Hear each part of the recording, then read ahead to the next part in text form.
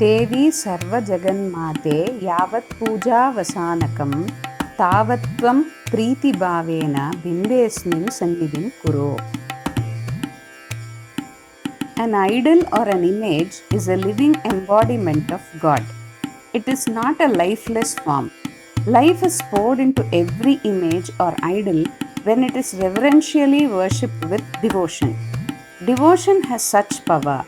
According to our Puranas, with devotion one can awaken the divine power which is hidden in any object. Idol worship or Murti Puja refers to the worship of the names and forms of God or any reverential person such as a guru or a saint. According to Hinduism, the whole creation is a form of God. It is the easiest way to instill faith and devotion in people. An image can directly appeal to a devotee and instantly draw him into a reverential and devotional state.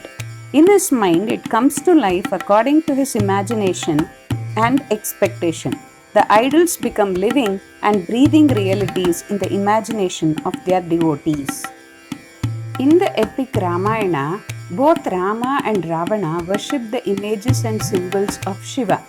Arjuna worshipped Shiva to obtain the mighty Pashupata weapon. The Tantras contain numerous conversations between Shiva and Parvati about how to ritually worship the various forms and names of Shiva and Shakti for self-purification and liberation. By their very presence in the house, the idols remind the members of the divine presence and the need to live religiously and ethically to keep the house clean and sacred and free from evil influences. An image or a symbol like yantra serves as the best aid in practicing concentration and meditation.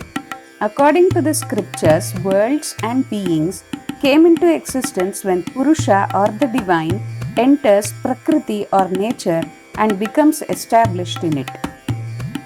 The Hindu temples are made to the strictest dimensions and rules as per Agama Shastras.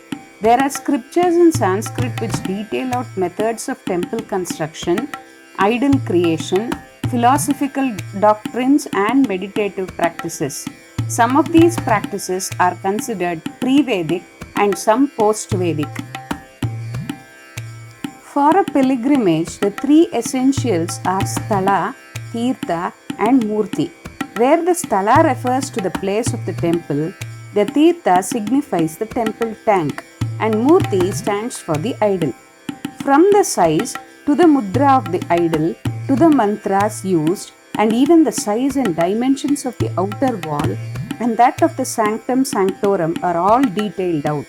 When such a rigor is followed, then it is possible to energize the idols to vibrate in a certain way. This has been the reason to use idols in a temple. We can worship God in any form, that is devotion, yagas, yajnas, photographs, etc. But idols and images of God gives us a specific form to imagine the appearance of God. By doing puja to the idols, one can be inspired and become proximal to God. Even though God is present everywhere, idols can possess a special strength due to chanting of mantras and the power of devotion of the devotees in the sanctum sanctorum. The inner sanctum can provide lots of positive energies, whereas it can decrease in the outer sanctorum. Idols help in improving the state of our mind and can inspire us to lead a sattvic life. Abhisheka performed to the idols can provide immunity against diseases and can also act like an antidote to many diseases when it is taken in the form of tirtham. The fragrance of different kinds of flowers decorated on the idols and sandal paste anointed on them can cool our body. When one observes the idol with a meditative concentration, the magnetic energies can enter through the spot between the eyebrows and all the nerve points in the brain can be activated. Om Namah Shivaya.